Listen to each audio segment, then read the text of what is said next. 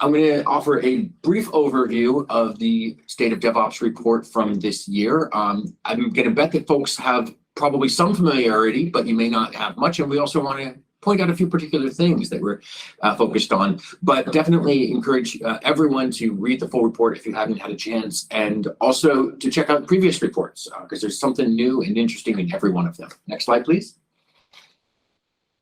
And next slide again. So one of our kind of core findings, and of course we found this throughout the years, but this year some of the parts that jumped out at us in terms of driving organizational performance through software, the importance of organizational and team culture, right? DevOps is often spoken of as being made up of people, practices, and tools, and the culture, the people culture, is really at the root of so much of what we can do. It's hard, but we find that it's worth it.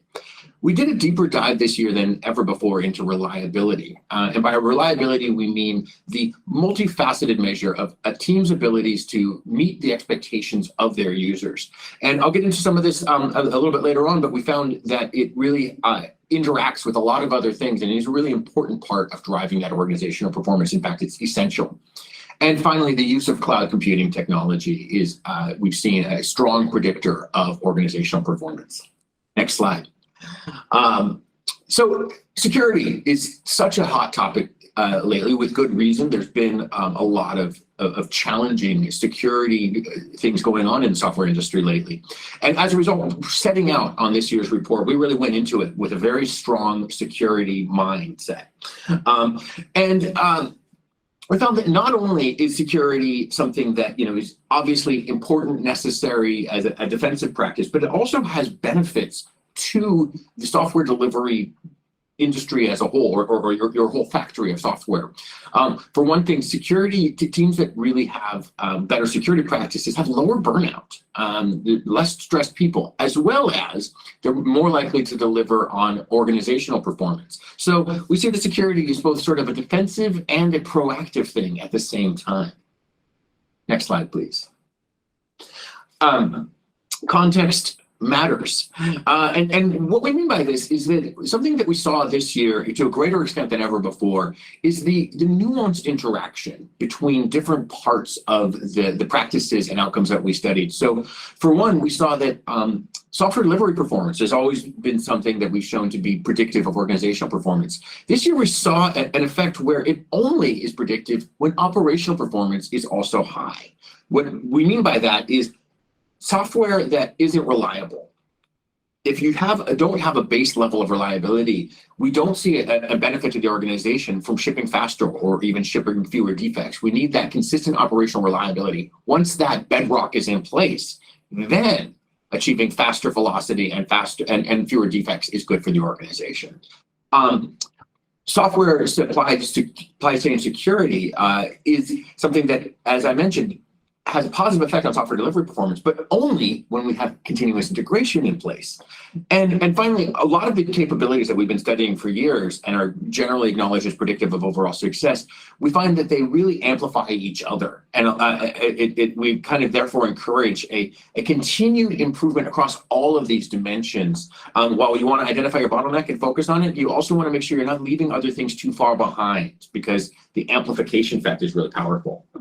Next slide, please. And that approach of continuous improvement is, is such a core part of how we approach DevOps, and our research has backed that up.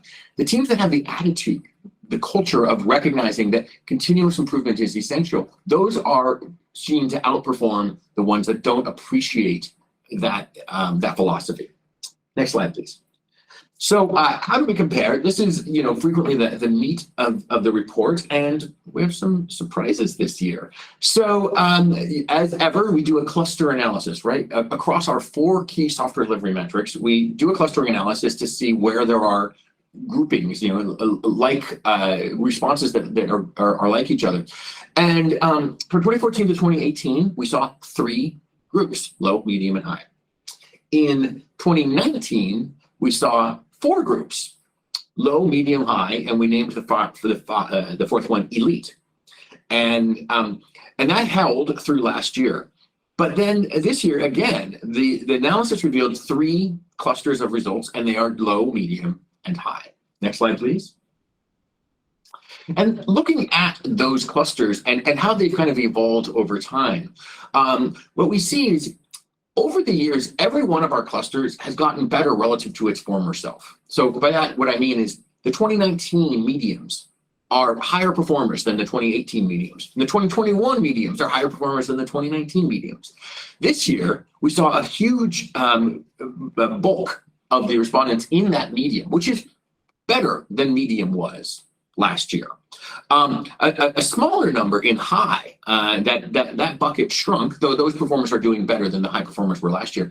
And then just nothing, there's no a group that broke out and broke ahead of the pack to be called elite.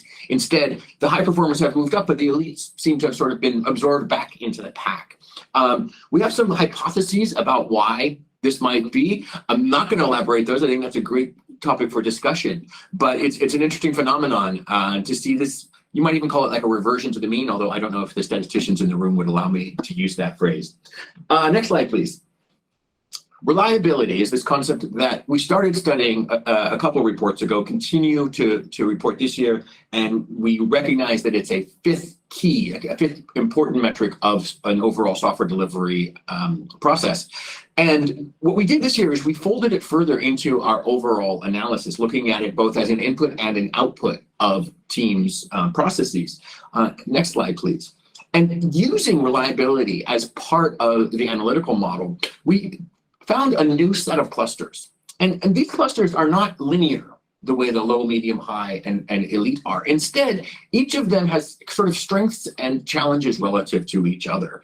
But the data do reveal that these are clusters within the data that are grouping together. So we, as you can see from the chart, there are each one has a kind of a typical result on each of our 4 or each of our 5, including reliability, each of our 5 key metrics. And then, you know, we made sort of a characterization of them based on what we observe and what we kind of suspect might be going on inside those organizations. And we've given the names starting, flowing, slowing, and retiring.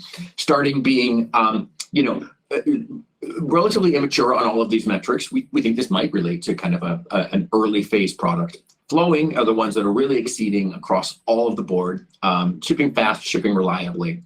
Slowing are teams that are shipping less frequently, and maybe we suspect are less invested in really evolving their software. And then retiring is going to be organizations that are, you know, keeping the lights on, maybe, but these seem to be maybe applications that are on the way out because they're just not being rapidly evolved. Next slide, and then the next one again. So how do we improve? What do we do to get better across these software delivery metrics? As I mentioned, culture. We've seen that culture is so important, and that Westrum model of organizational culture where there's high trust and a lot of information flowing between people, we found is predictive of higher organizational performance. Flexible work environments are really helpful to decrease burnout, and cloud users, actually, that use of that tool and the capabilities that it unlocks can help with job satisfaction and reduce burnout. Next slide. So SRE, for the second year, we really invested in analyzing reliability engineering practices. And so we found a few key things that stood out to us this year. The first, as I mentioned, is that reliability is a kind of a necessary factor in order for software delivery to be good for the business.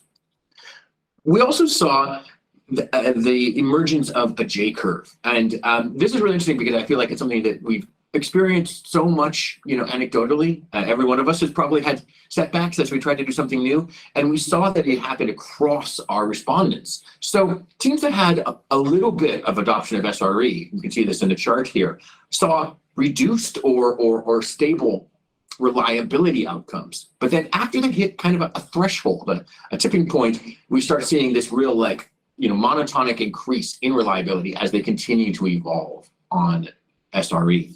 And finally, the importance of culture. Generative team culture is predictive of higher reliability. Next slide, please.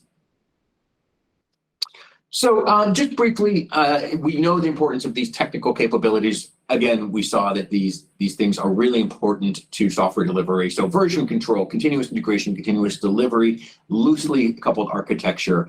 When these are all combined together, when you have that combinatorial factor, what you get is 3.8 times higher organizational performance. Next slide, please. Okay, security. As I mentioned, this is a real key focus point for us this year.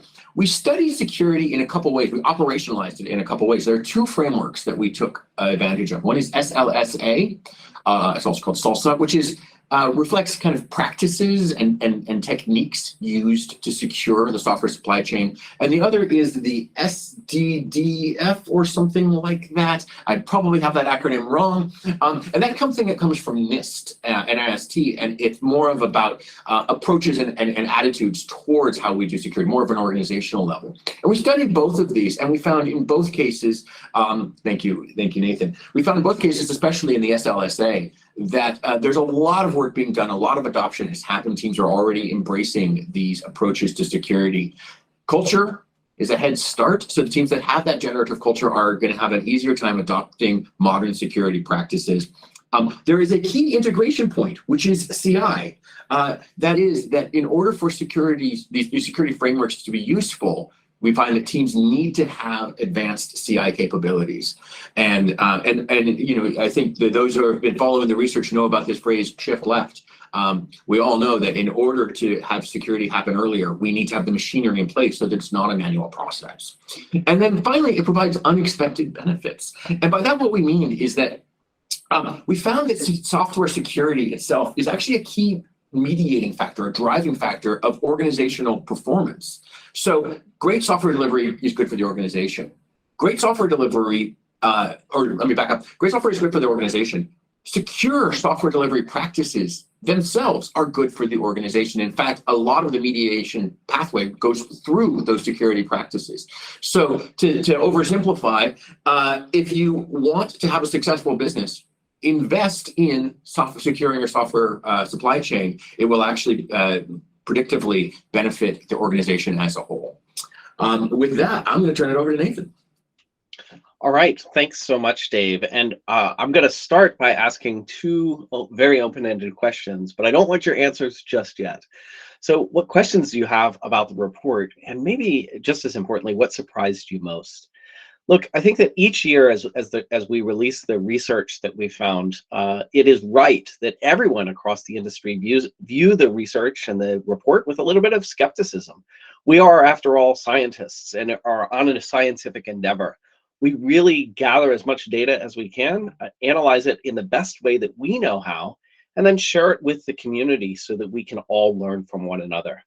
And in fact, we're really happy that you all are here today because we want to dig into these questions and continue learning from one another.